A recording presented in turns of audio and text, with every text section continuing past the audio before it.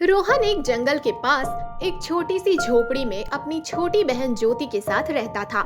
वो रोज जंगल जाता और वहाँ मिलने वाले अलग अलग फल बेचकर ही अपना गुजारा करता।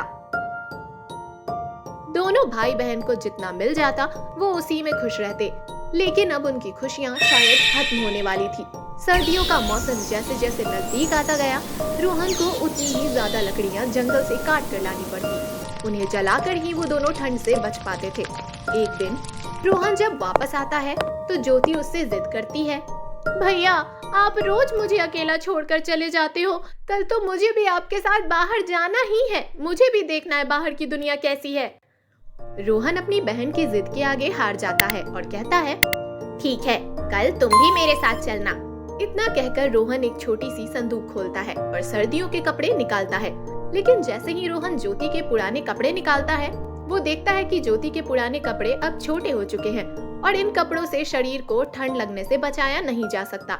लेकिन ज्योति को ये बात बताकर रोहन उसे उदास नहीं करना चाहता था, इसीलिए वो अपनी स्वेटर ज्योति को देकर कहता है कि कल वो इसे पहनकर रोहन के साथ जाएगी।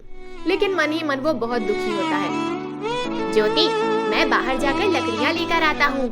इतना कहकर रोहन जंगल की तरफ चला जाता है। झोपड़ी से बाहर निकलते ही रोहन के रुके हुए आंसू बाहर आ जाते हैं। रोते हुए रोहन भगवान से शिकायत करता है कि उसके पास तो सर्दियों के कपड़े खरीदने के भी पैसे नहीं हैं।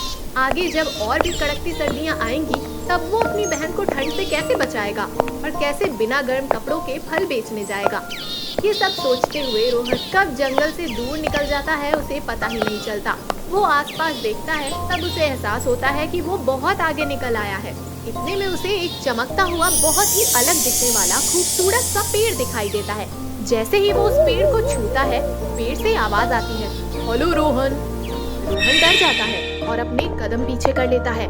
तभी पेड़ से आवाज आती है, तुम्हें डरने की कोई जरूरत नहीं है, मैं तुम्हें कोई नुकसान नहीं पहुंचाने वाला।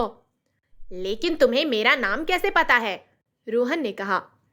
पेड़ से आवाज आई, जो मुझे छूता है उसके बारे में मुझे सब पता चल जाता है, क्योंकि मैं एक जादुई पेड़ हूँ। लेकिन फिर भी मैं दुखी हूँ। जो भी जंगल में आता है वहीं से वापस लौट जाता है, कोई मुझ तक आता ही नहीं। मैं सालों तक यहाँ अकेला खड़ा रहता हूँ, इसलिए जब कोई मुझ तक पहुँचता है तो मुझे बहुत खुशी होती है और मैं उसे उसकी कोई एक मनपसंद चीज देता हूँ। ये सुनकर रोहन बहुत खुश होता है। अब वो सोचता है कि मैं इस पेड़ से अपने लिए एक स्वेटर मांग लेता हूँ ताकि पूरी सर्दियाँ आराम से निकल जाए। पेड़ कहता है, किसका इंतजार है, क्या तुम कुछ मांगोगे नहीं? रोहन कहता है, तुम मुझे एक ऐसी स्वेटर दो जो कभी छोटी ना हो। ये कहते ही पेड़ से एक स्वेटर आकर गिरती है। रोहन खुशी से फूला नहीं समाता। पेड़ कहता है, अब जाओ रोहन, तुम्हें अपनी बहन के साथ कल फल बेचने भी तो जाना है। ये सुनकर रोहन उस जादुई पेड़ से विदा लेकर झोपड़ी की तरफ निकल पड़ता है। लेकिन रास्ते में उसे किसी के रोने की आवाज आती है। वो उस दिशा में जाता है। वो देखता है एक लड़का एक पेड़ के पास बैठा रो रहा था। रोहन उसके पास गया और पूछा, तुम क्यों रो रहे हो? लड़का कहता है, मुझे ठंड लग रही है और मेरे पास इससे बचने के लिए कपड़े नहीं हैं। ये सुनकर रोहन को उसके ऊपर दया आ जाती है और वो अपनी जादुई स्वेटर उसे दे देता है। बच्चा खुश हो जाता है और रोहन वापस अपनी झोपड़ी की तरफ लौट जाता है। इतने में उसे आवाज आती है, रोहन, क्या तुम मुझे अपने साथ नहीं लेकर जाओगे? वो पीछे मुड़कर देखता है। तुम्हें मेरा नाम कैसे पता? रोहन ने कहा।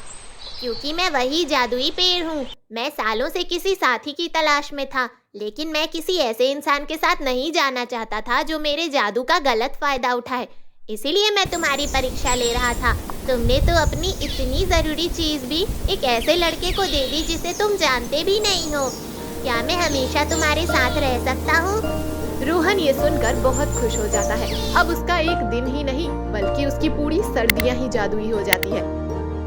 दोस्तों, हमें भी कभी किसी की मदद करने से कतराना नहीं चाहिए, क्योंकि जब हम दूसरों की मदद करते हैं तब खुद भगवान हमारी मदद करते हैं। तो आगे से आपको जो भी मिले उसकी मदद जरूर करें। क्या पता भगवान आपकी भी परीक्षा ले रहे हों।